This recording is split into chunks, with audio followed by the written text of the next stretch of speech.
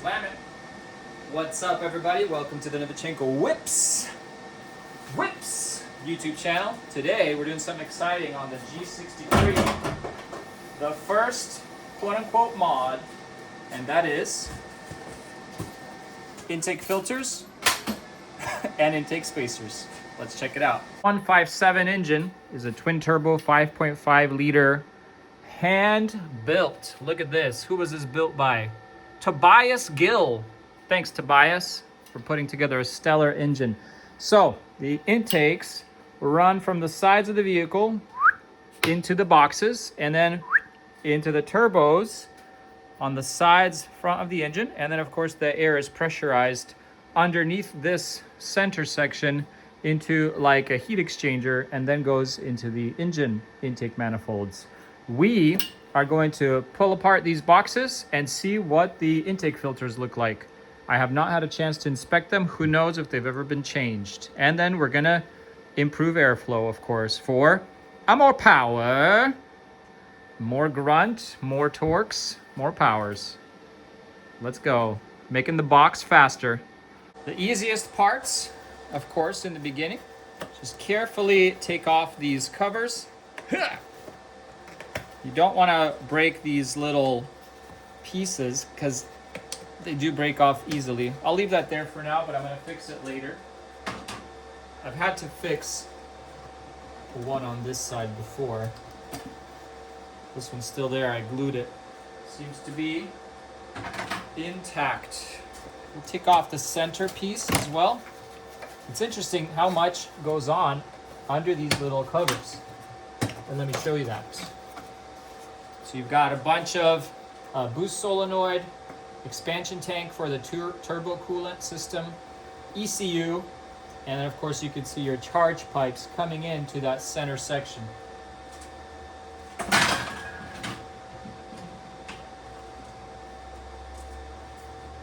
think what we need is to take off a couple of these wires, loosen these boots, and then pry off these plastic pieces. We should be able to get to the few screws holding this thing together. Pulled that one off pretty easy. Let's give this one a little yank. Oh, not bad. You can usually just kind of leave them to hang out here. But what helps is to take a peek inside. And I see they're fairly newer filters, but they're still obstructing the airflow. And what I mean by that is, look at this.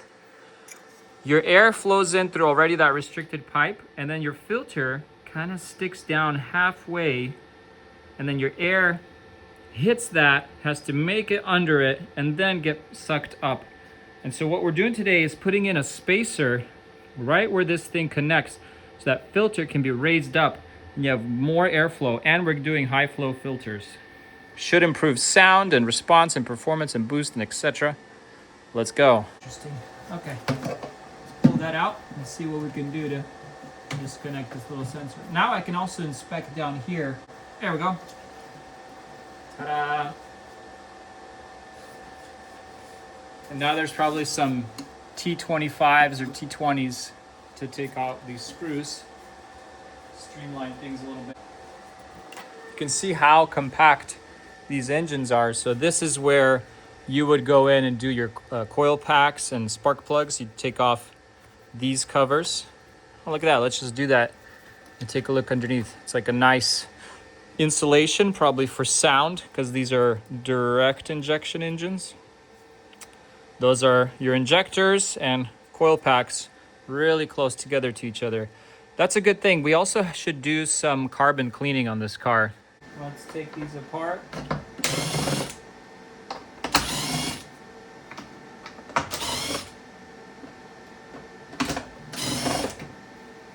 That seems to be it. Triple check. Okay. Ta-da! Easy. And so, yeah. To be quite honest, I think whoever bought this vehicle, the dealer before me, changed these out. STPs, probably just the cheap air filters. Nothing wrong with them. I'll probably hold on to these, put them in a box. There's some debris, but again, this car's been driven. Let's take apart the kit now and see what comes in it. So we've got our spacer bolts and spacers.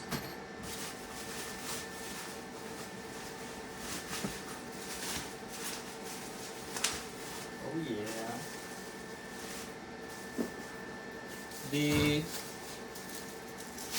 actual spacer itself that raises it. These look nice. These look kind of like, you know, your high flow K&N or a BMC filter. Quality looks good. Nothing coming off of it or anything. Super solid. These are gonna be great. I think they're gonna add some induction sound for sure. You would just slap this back on, and already the aftermarket filter sits not as far down as the factory one. You remember the factory one came like halfway down. So this is already better flow, but we're gonna go a step further and improve that even more. So you put in the filter first, put the spacer around it, and then we're gonna figure out the little spacers on the sides, but I'm gonna test fit first. Nice. It's pretty sleek. You can't tell that it's not stock, more or less from the outside. Promise of like 20 horsepower gain, but who knows if that's true. In my experience tuning cars, better intake airflow definitely makes a difference. It's not a myth, and any change to the intake definitely impacts the way the car feels and flows and comes on boost and power. This G-Wagon has mufflers already. Someone installed aftermarket mufflers. They kind of did it in a cool way where there's clamps where you could take out the muffler and make it straight pipe if you want, which is something that I definitely will try. You guys know me. We are gonna try that 100%.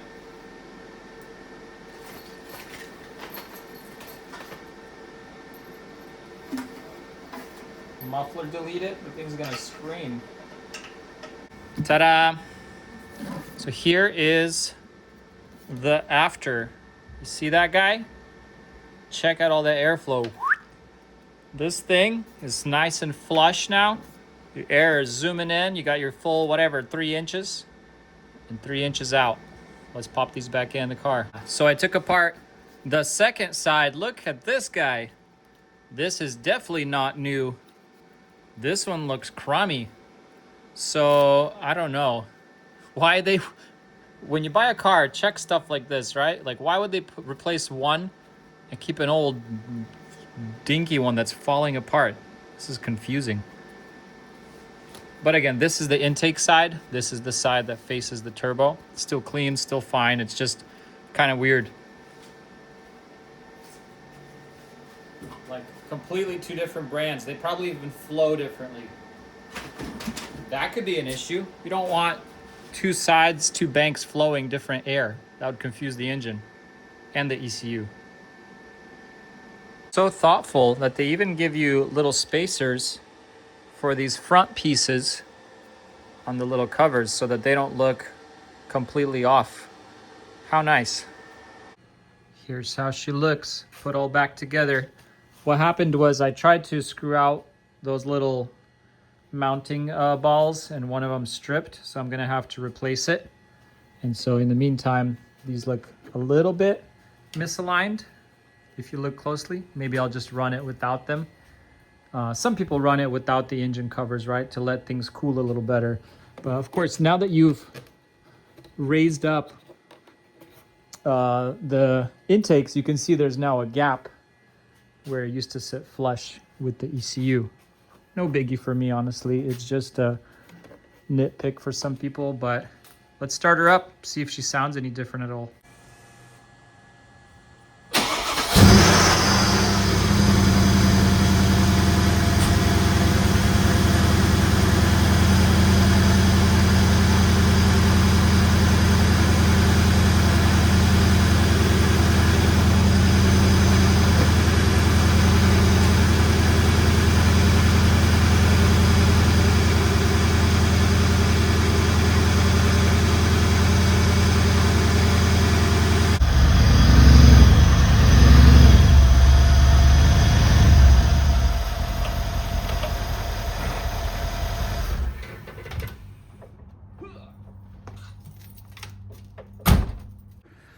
So from factory, the M157 has a solenoid in the front of the engine at the bottom, kind of where the oil pan is, that at warm up and idle and smooth cruising, it gives you lower oil pressure.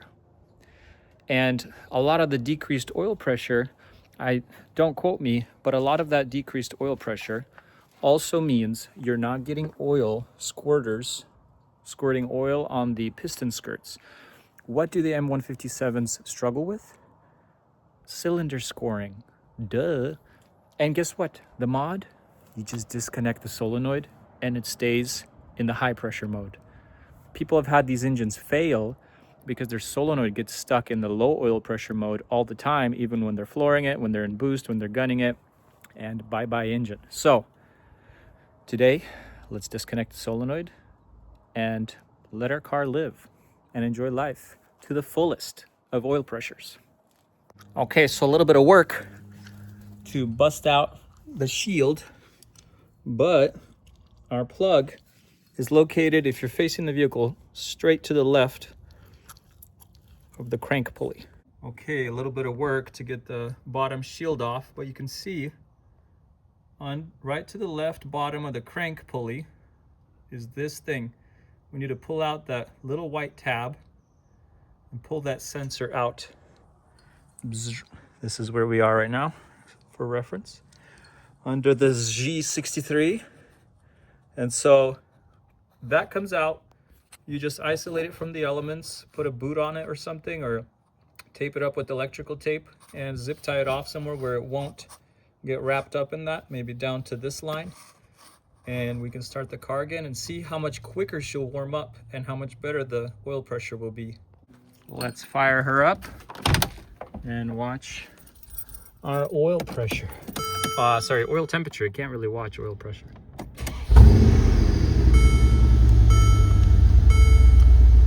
Let's see if she...